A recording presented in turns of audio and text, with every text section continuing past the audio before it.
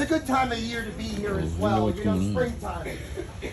Not too hot, cool breeze, love is in the air. There's animals out and about for sure to see. But you're in the river part of the Everglades. It moves very slowly. It's about 2 feet deep on an average. If you want to get around out here, the airboat is the best way to do it. If you had to, you could walk through it. Good luck at it. Good luck on that. Still got about an hour southwest of this river before it opens into Florida Bay. You can get there from the Keys, Everglades City, Flamingo. If you take this road to the west, 20 minutes you're in the Big Cypress. It's 12 miles away. Now you're more into a swamp-like environment. You know, the Everglades is a very unique ecosystem. A lot of different animals you can find. Specific regions are going to have specific animals. Widespread animals, birds and reptiles. Alligators are all over the place. Wally is 4. Okay. I've had him since he hatched. Oh, cool. He lived in my bathtub when he was this big. He still lives today in my backyard. Yeah, they grow slowly, alligators. It's going to be 1 foot every year. Around 6 feet is when it slows down. They add weight. They get larger. The older they get, the slower they grow. I mean, he can live 50, 60 years. The biggest one is 19 feet 2 inches. Wow. It's in the red book, I think. Right? Right there to the edge of the wood, that's 19 feet 2 inches. Wow. 19 feet 2 inches. That might be that big one we saw. Yeah. I don't know how they measure things back then. His name is Snappy. All the modern day records point to about 15 feet. Florida, Louisiana, Mississippi. 15 feet, 1,000 pounds. That's a big one. Oh. That's where Gatorade comes from, kids. Drink more water. When they hatch, they've got stripes all over their body. The stripes and spots are a thing you see in the wild quite a bit. Some animals will keep it their whole life, some will lose it. They've lost it. You can see his back is dark, his belly is light. So they blend right into that dark water. They also blend right into the bright sky. Are you okay, sir? Yeah, I'm okay.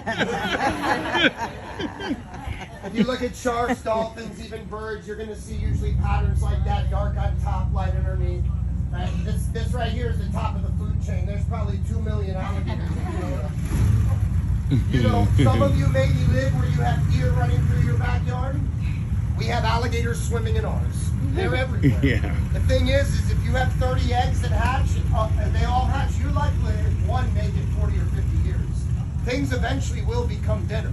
Now, some might make it long enough to start reproducing, but the entire lifetime, that'd be rare, you know? Big alligators, they're territorial. They'll eat smaller alligators.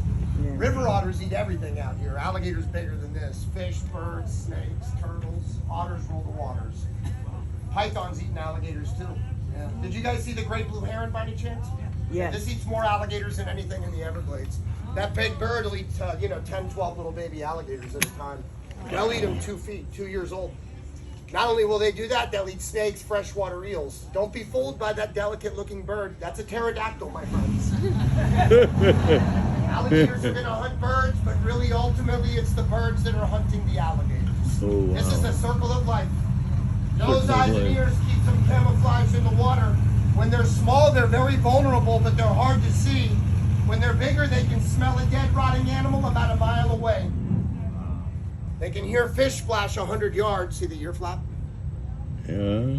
They'll move it themselves. There goes the ear. And what's that little guy weigh? 15 pounds, 20 pounds. Okay. That's like 300. Yeah. Whatever you do, don't look them in the eyes. Just look them in the eyes. It's all right, don't worry. As long as you don't wear anything red, you'll be safe. Big trouble with that. Anyway, they blink. They have goggles. Yeah. Take that right to the goggles. Hitting the head, eyes sink into the skull. See, they're well protected. See the goggles? Yeah, looks like a windshield wiper. Yeah. Oh, Yeah. Again, if something bites them, their eyes sink. They got a small brain with a big mouth, which is a bad combination. It's a super smart animal. They're just there to balance nature, not to figure out math problems. Top of the food chain is here to eat, sleep, and make babies. That's it. It's a genius, really. Tongue is attached. Oh, See wow. that? Yeah. See their tongue? It's attached. They don't want to bite it off. There's 80 teeth as soon as they come out of the egg. 40 on top, 40 on bottom. They lose it, it grows back. They lose it, it grows back. They can replace every tooth about 50 times. 4,000 would be rare.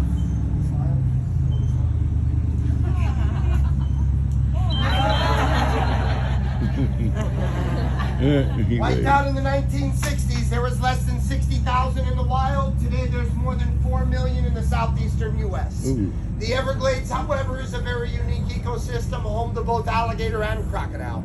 Only place on the planet both are native is the Everglades. They're very different from one another, the way they look, act, capabilities, and environments. These two are best friends, Wally, Tessie.